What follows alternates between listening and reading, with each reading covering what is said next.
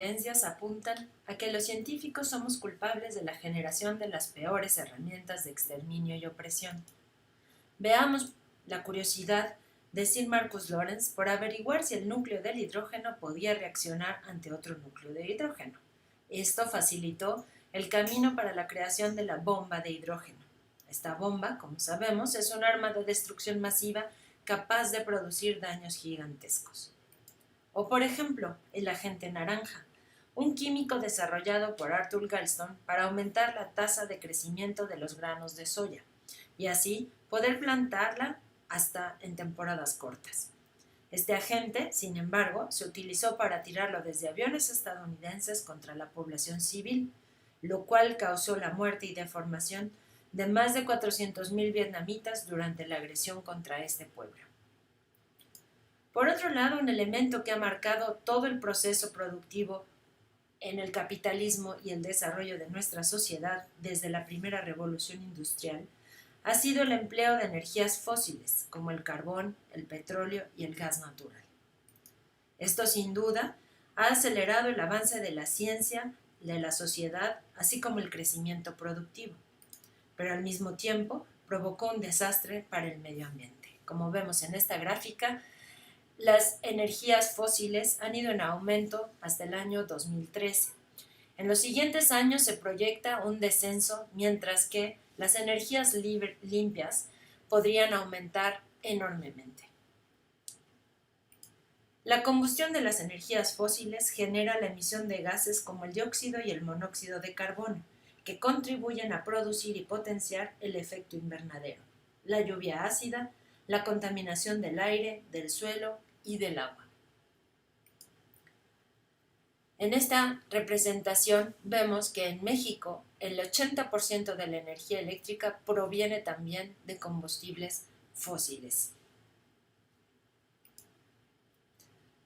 La ciencia en la historia y viceversa. Desde su lento caminar, allá en la prehistoria, el ser humano ha evolucionado hasta llegar a ser lo que es hoy día. Debido a una diferencia fundamental con los otros seres vivos, que es su capacidad de transformar en su beneficio y de manera consciente y voluntaria la naturaleza. Esto lo ha hecho mediante el trabajo y el uso de herramientas generadas como producto del aprendizaje cotidiano. Una gran parte de este aprendizaje es producto de la experiencia y se trata de un conocimiento práctico que tiende a transformarse en conocimiento científico. Por ejemplo, sembrar ciertos granos en un momento y no en otros, la alfarería y muchas otras labores.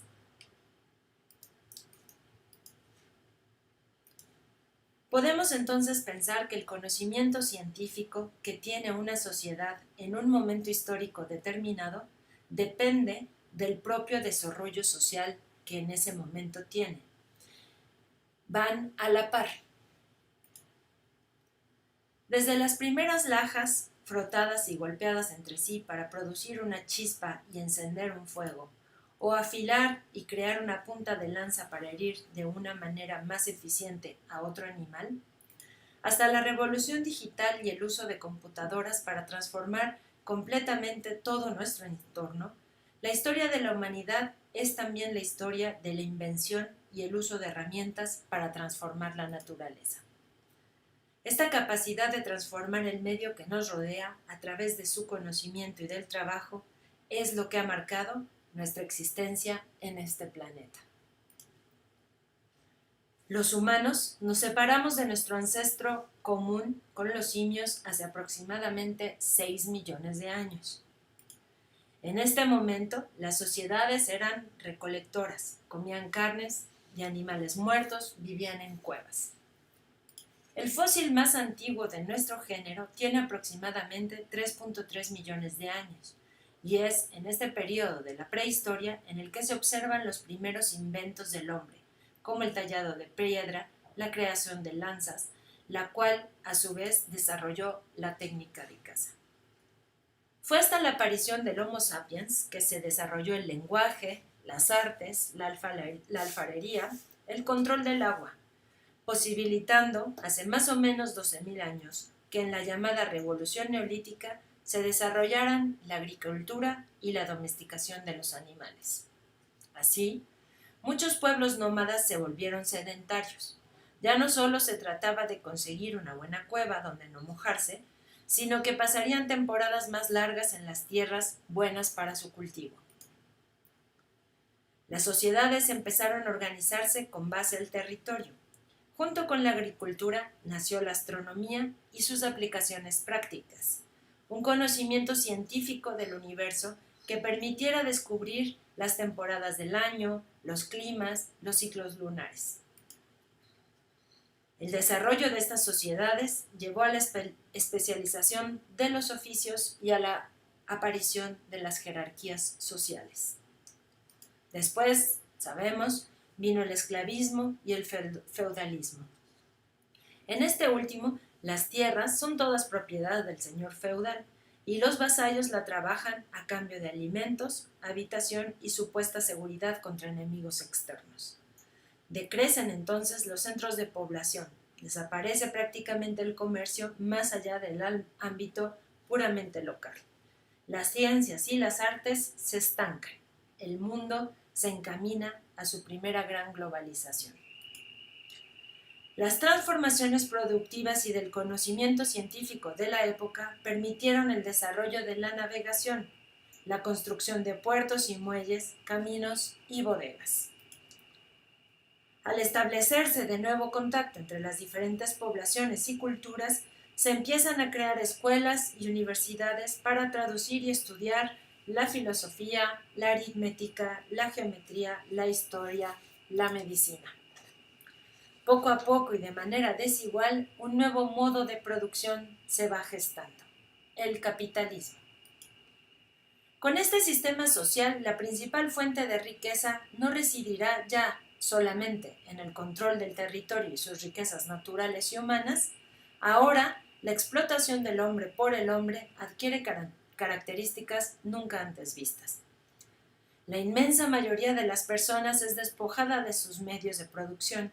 Les queda solo su fuerza de trabajo como la única mercancía que pueden vender.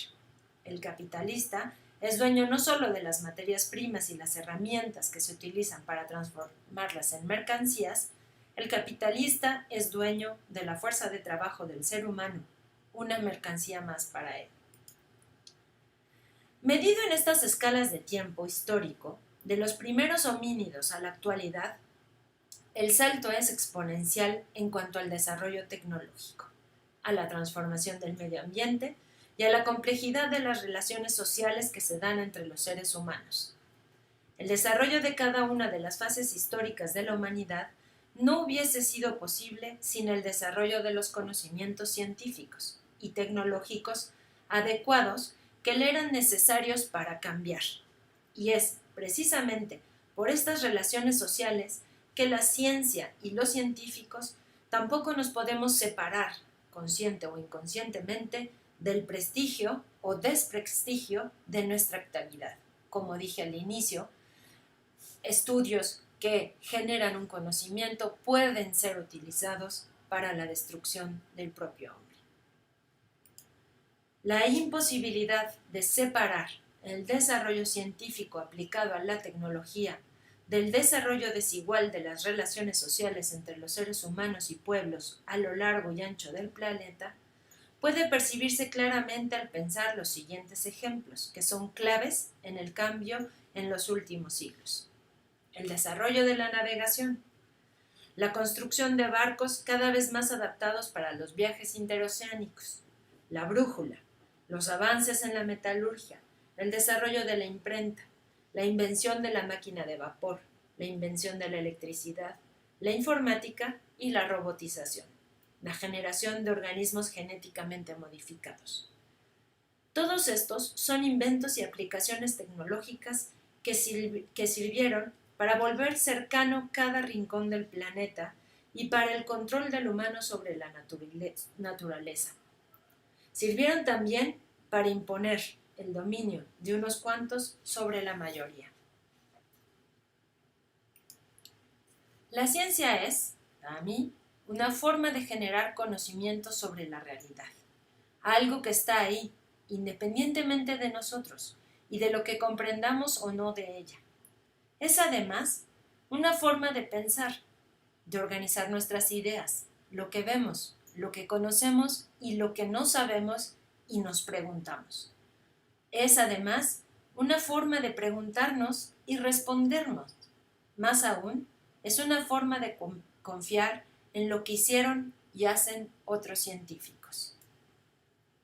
La ciencia debe ser entonces racional, o sea, que está constituida por conceptos, juicios y pensamientos ordenados y coherentes, que concuerdan con su objeto.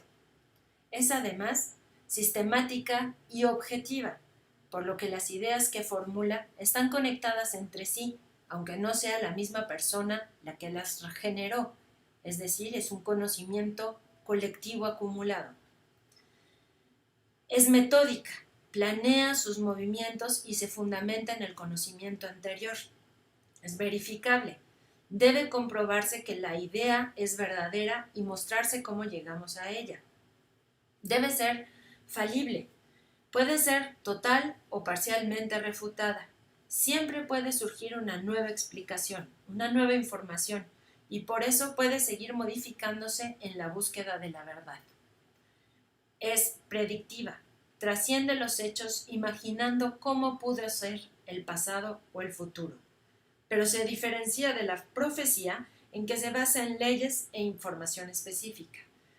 Se caracteriza por su perfectibilidad antes que por su certeza. Si falla, nos obliga a corregir nuestras suposiciones y por ello aporta el conocimiento.